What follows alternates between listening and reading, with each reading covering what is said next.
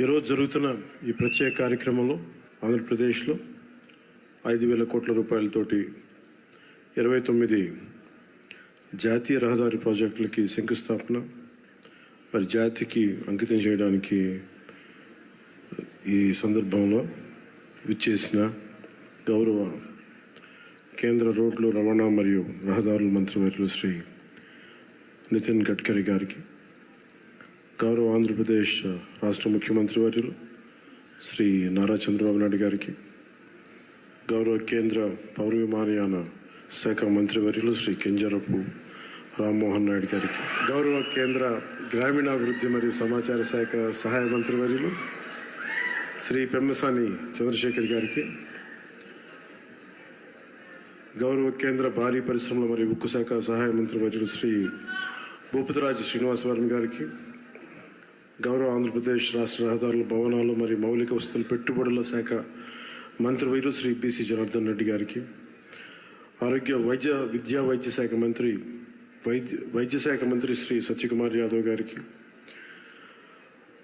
మనం గౌరవ పార్లమెంట్ సభ్యులు శ్రీ దగ్గుపాటి పురంధేశ్వరి గారికి, అలాగే మిగతా గౌరవ పార్లమెంటేరియన్స్ అందరికీ, ఇక్కడికి విచ్చేసిన తెలుగుదేశం, జనసేన, భారతీయ జనతా పార్టీ నాయకులకి, ప్రజలకి, ప్రతి ఒక్కరికి నా హృదయపూర్వక నమస్కారాలు. ఈరోజు జరుగుతున్నది కేవలం రోడ్లు వేయడం మాత్రమే కాదు, ఇది మన భారత్ అభివృద్ధికి, ఐక్యతకి, మెరుగైన భవిష్యత్తుకి చాలా బలమైన పునాది. ఈ దేశ ప్రగతికి, పురోగతికి చిహ్నాలు రవాణా మార్గాలు. దీనిని ఏ ఆర్థికవేత్తలను అంగీకరిస్తారు. 1999లో భారతదేశానికి గోల్డెన్ క్వార్టర్లేటరల్ ప్రాజెక్టు రహదారుల దశను మార్చాలనే ఒక గొప్ప ఆలోచన చేసిన ఘనత నాటి ఎన్డీఏ ప్రభుత్వానికి. దార్శనికులు, భారతరత్న శ్రీ అటల్ బిహారీ వాజ్పేయి గారికి మానసపుత్రికగా మొదలైన గోల్డెన్ క్వార్టర్లేటరల్ ప్రాజెక్ట్ దేశ రహదారుల దిశనే మార్చిన గొప్ప ముందడు. భారతదేశం సుస్థిరమైన ఆర్థిక ప్రగతితో ముందుకు వెళ్తోంది. ప్రపంచమంతా నేడు భారతదేశ సంతులిత ఆర్థిక వృద్ధిని చూసి అందరూ ఆశ్చర్యపడుతూ ఉన్నారు. ప్రపంచంలోని అత్యంత ప్రజాదరణ కలిగిన నాయకులుగా గుర్తింపు తెచ్చుకున్న గౌరవ ప్రధానమంత్రి శ్రీ నరేంద్ర మోదీ గారి సారథ్యంలో భారతదేశం $4.18 ట్రిలియన్ జీడిపితోటే ప్రపంచంలోనే 4వ అతిపెద్ద ఆర్థిక వ్యవస్థగా రూపాంతరం చెందింది. ఇది నూతన భారతదేశ ఔన్నత్యాన్ని ప్రపంచానికి చూపించే ఒక మైలురాయి. వికసిత్ భారత్ 2047 లక్ష్యాన్ని చేరుకునే దిశగా ఇది చాలా గొప్ప అడుగు. ఈ ఎదుగుదలకి అసలైన బలం మౌలిక వసతుల రంగం, ముఖ్యంగా రోడ్లు, హైవేలు. ఈ రంగంలోకి వచ్చిన భారీ మార్పులకి కేంద్ర బిందువుగా ఉన్నది గౌరవ కేంద్ర రహదారుల మరియు రవాణా శాఖ మంత్రివర్యులు శ్రీ నితిన్ గడ్కరీ గారు. ఆయనకున్న దూరదృష్టి, పట్టుదల, పనితీరులోని ఖచ్చితత్వం ఆయనని ఎంతో ప్రత్యేకంగా నిలిపాడు.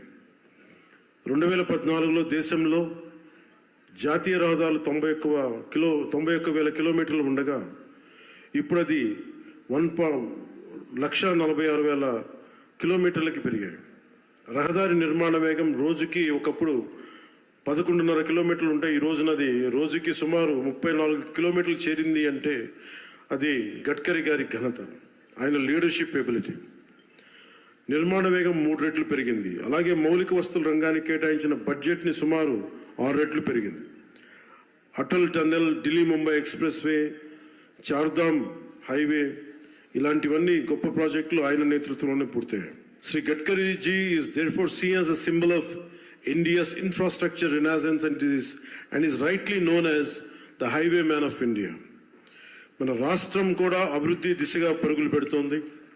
గౌరవ ముఖ్యమంత్రి శ్రీ నారా చంద్రబాబు నాయుడు గారి నాయకత్వంలో మన ప్రభుత్వం మొదటి రోజు నుండి అభివృద్ధిపైన దృష్టి పెట్టింది. గత ప్రభుత్వానికి కేంద్రం నుండి సహాయం వచ్చినా రహదారి అభివృద్ధిపై సరైన శ్రద్ధ చూపలేకపోయారు. కానీ ఇప్పుడు ఎన్డీఏ కూటమి ప్రభుత్వం స్పష్టమైన లక్ష్యంతో పూర్తి కర్తవ్య బద్ధతతో పనిచేస్తుంది. అలాగే జాతీయ రహదారుల నిర్మాణం తరహాలోనే మన రాష్ట్రంలో అడవి తల్లి బాట పేరిట గిరిజన ప్రాంతాల్లో రవాణా సదుపాయాలు కల్పించేందుకు కొండ రహదారుల నిర్మాణాన్ని కూడా ప్రారంభించాం. దీనికి మనందరం కూడా చాలా మనస్ఫూర్తిగా ప్రధానమంత్రి గారికి కృతజ్ఞతలు చెప్పుకోవాలి. పిఎం జన్మన్ ప్రధానమంత్రి జనజాతి ఆదివాసీ న్యాయ మహా అభియాన్ కింద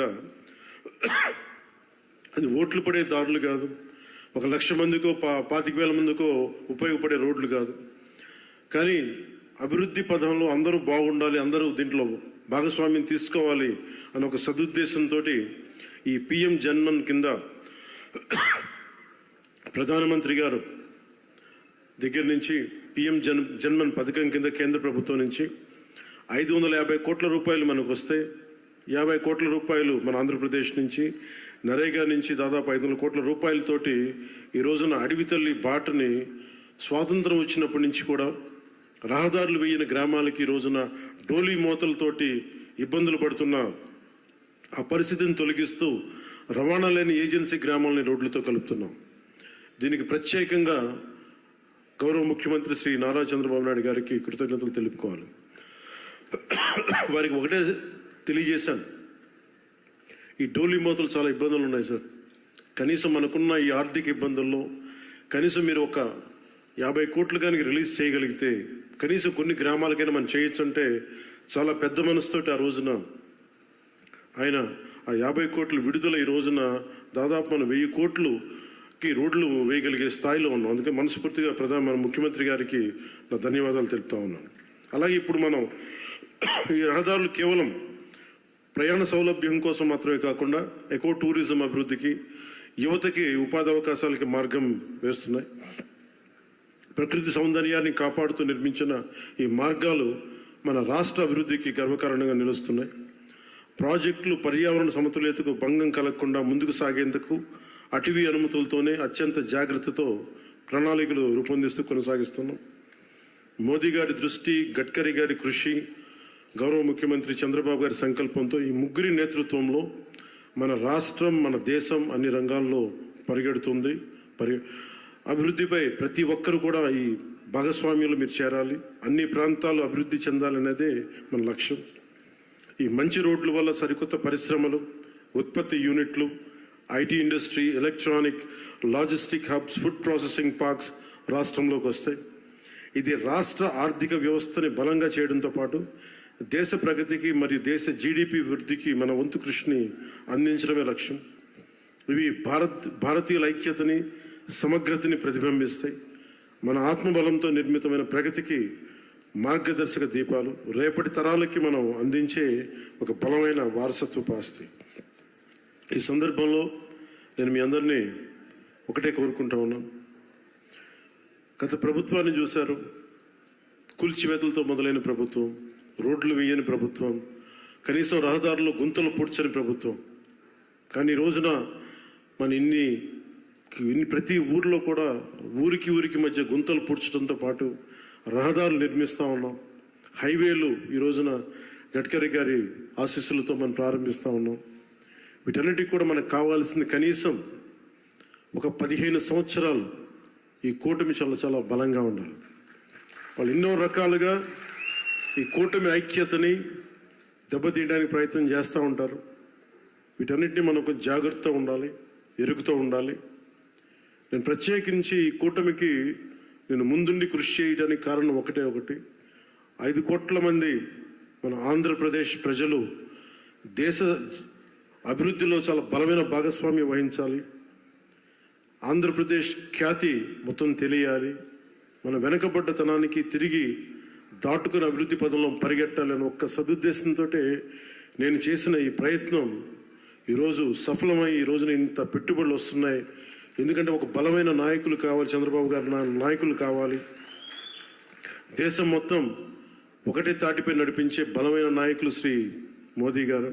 వీరందరి ఆశీస్సులు ఉన్నాయి, వీరందరి కృషి ఉంది.